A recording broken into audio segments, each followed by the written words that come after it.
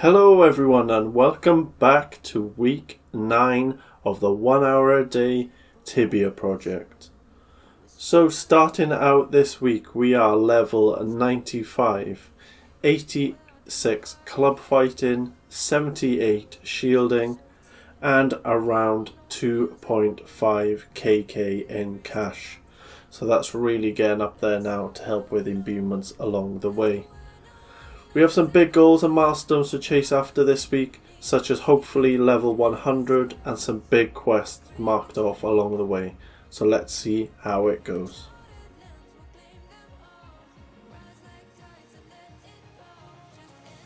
So day 57, I started out by heading back to Port Hope to start the second of our giant spider tasks we had taken. And as you'll see, we had a little bit of a disaster.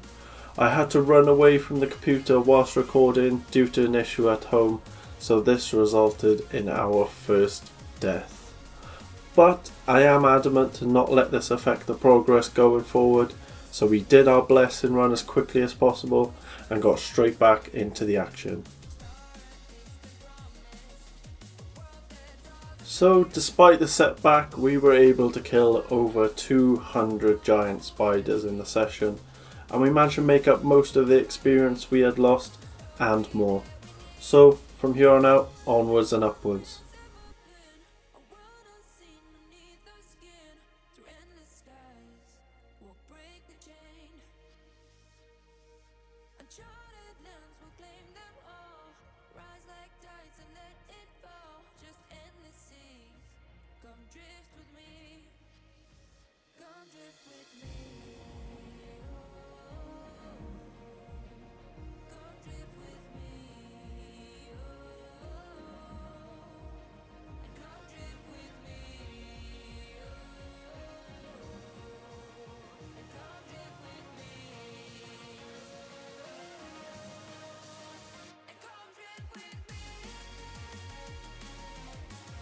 Day 58, we weren't going to let yesterday's slip up stop us on the track of amazing progression we have made previously. So we jumped straight back into the giant spider task and returned to the cave in the southeast of Port Hope. We had to try and make up for the lost time of getting the blessings run yesterday and hopefully finish the task and the boss in the hour today.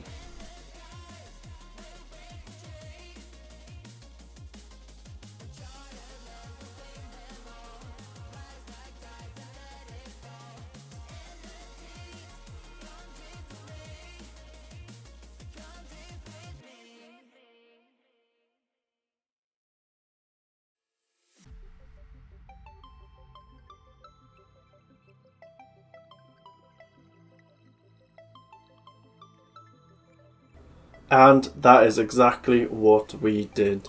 I managed to finish the 500 giant spiders needed on the second task, so then we headed back to Grizzly Adams to allow us to take on the Old Widow yet again.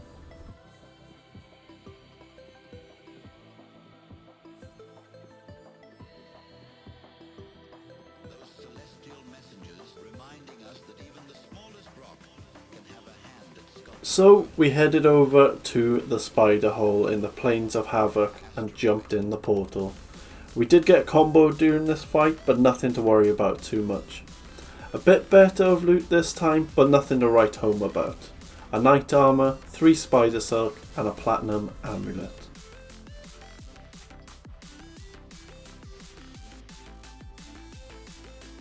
Day 59. A little change up to a spot we haven't hunted in this series so far, and that is Edron Vampire Crypt. As we rolled a 10-star loot prey again, I thought this would be a great time to test out the spawn and see if our poor skills held up enough to make it worthwhile. Before we headed out, I made sure to pick up a blessed wooden stake to get some extra profit whilst hunting.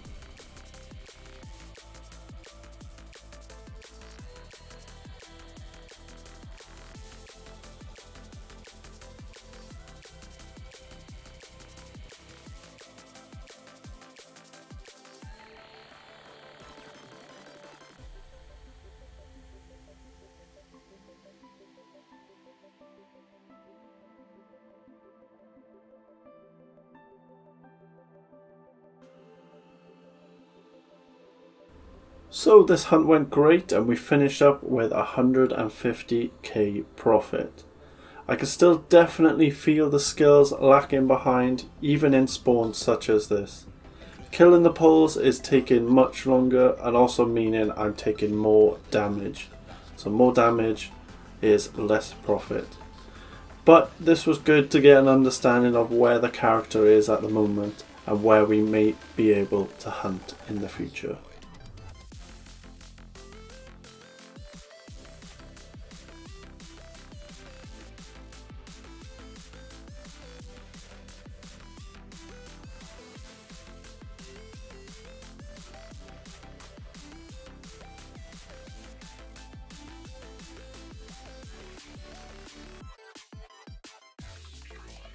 Finally, we headed back to Yalaha to complete the remaining missions that stand between us and the final boss mission. Firstly, we had to go to the sunken quarter and have a conversation with the NPC here before heading back to town. After this, to finish up, we had to head to the factory quarter to pick up the food crystal and use it on the machine before heading back to town and picking a side of the fight to be on.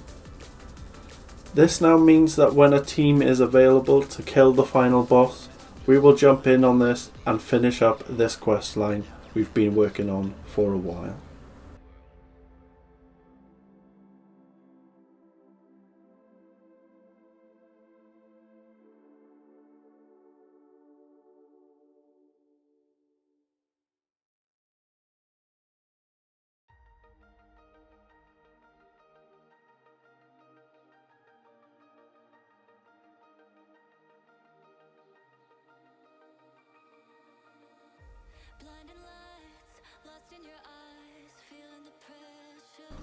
Day 60, a big day on the character. We are running Pits of Inferno with the Soul Family Guild. This is a huge quest to get done out of the way early, as it opens up the Inquisition quest afterwards when you reach level 100. As you can see in the opening clip, we had the classic death of fire before even entering the Pits of Inferno seals even began. I've been on 2 services now and this has happened on both occasions. I'm hoping the next one I go to won't have this, fingers crossed. So you can see the power of the guild smashing through the other seals, and we actually managed to get a kill on the Plasmother boss, which I didn't notice at the time, so that's really cool to see a boss whilst running the quest.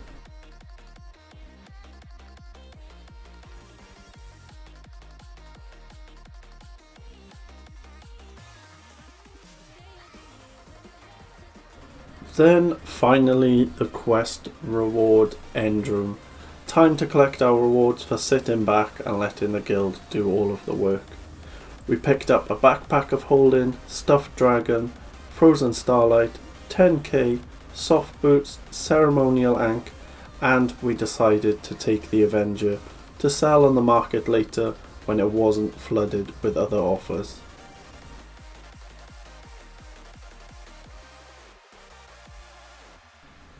Day 61, we have our weekly task reset day. These tasks weren't too bad this week.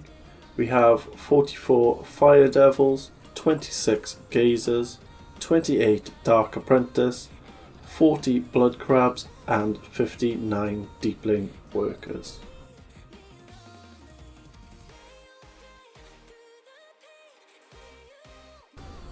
First task of the day was Gazers, and we hunted these in the Bone Lord Cave, which is on the west coast of Liberty Bay.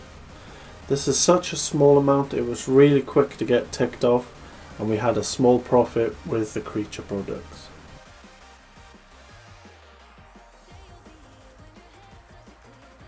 Then we headed over to the Laguna Islands for our Blood Crab task, which we got.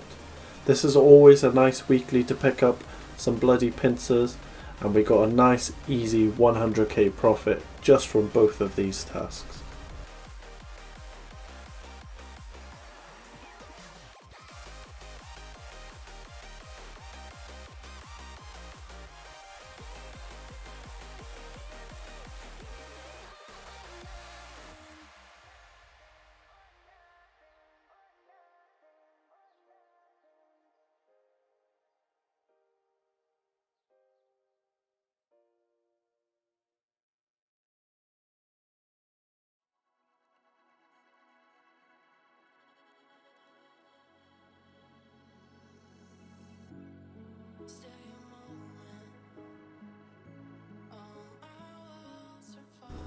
Then we headed over to the Deepling worker spawn that we gained access to in the previous episode.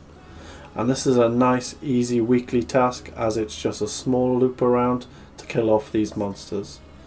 These also have profitable creature products, which then pushed us up to 160k profit for the day so far.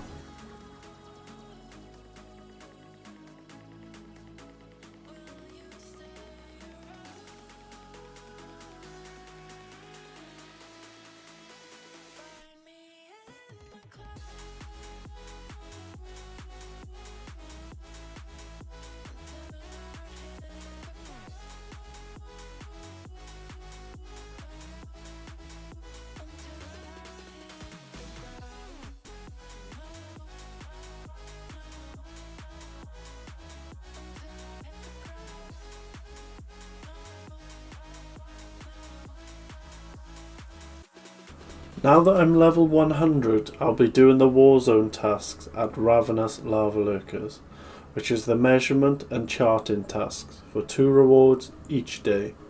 I'll show this a couple of times in the video, but going forward it's safe to assume that I've done these every day throughout the week. I'll also keep the rewards stacking up in a backpack so everyone can see this slowly ticking up.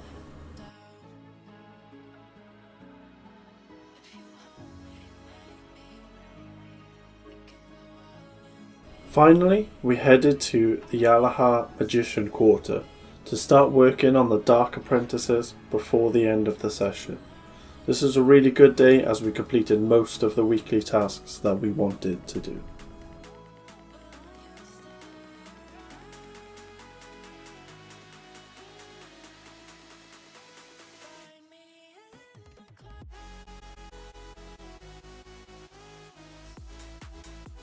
Day 62. So we started out again by doing the Warzone tasks to get our daily reward. This is going to be a great way for the character to upkeep in B months without relying on having profitable hunting sessions all of the time. So we keep doing this.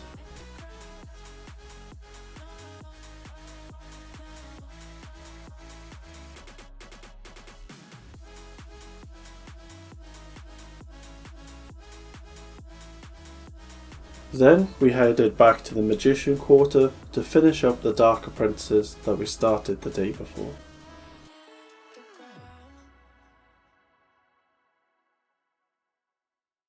We then had a Pirate Marauder bounty task, so we decided to do this to continue working on our bounty talisman and preferred list slots. We didn't get as many drops here, so it wasn't as profitable as I hoped, unfortunately.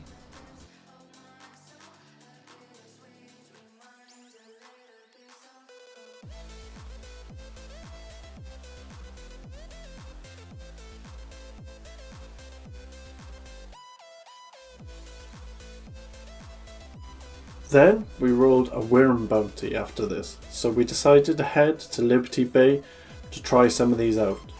The cave was already taken, so we had to take the slightly worse spawn on the mountain.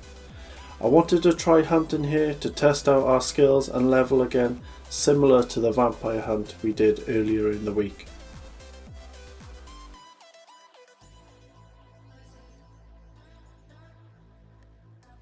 We didn't manage to finish the task in this session, but we did get a very big chunk of the way through it in readiness to finish this tomorrow. We did loot a combo and also a hibiscus dress, which helped bump up the profit during the hunt.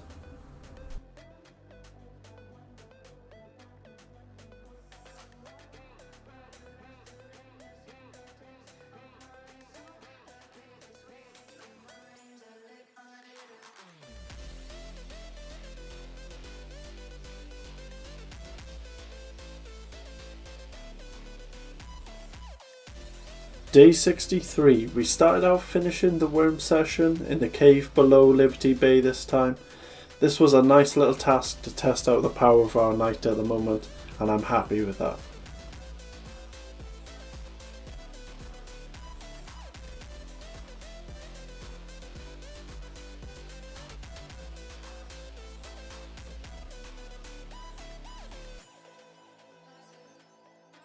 Next, we headed over to the Alchemist Quarter in Yalahar to finish up the mutated rat task that we took quite a while ago.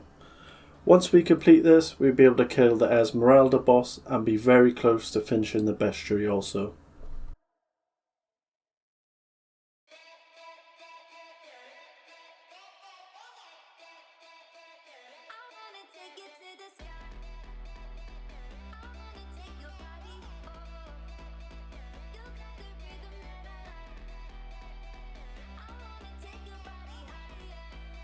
We wrapped up the day by killing the boss in the sewer below Yalahar and picked up a tower shield along with some other little bits of loot.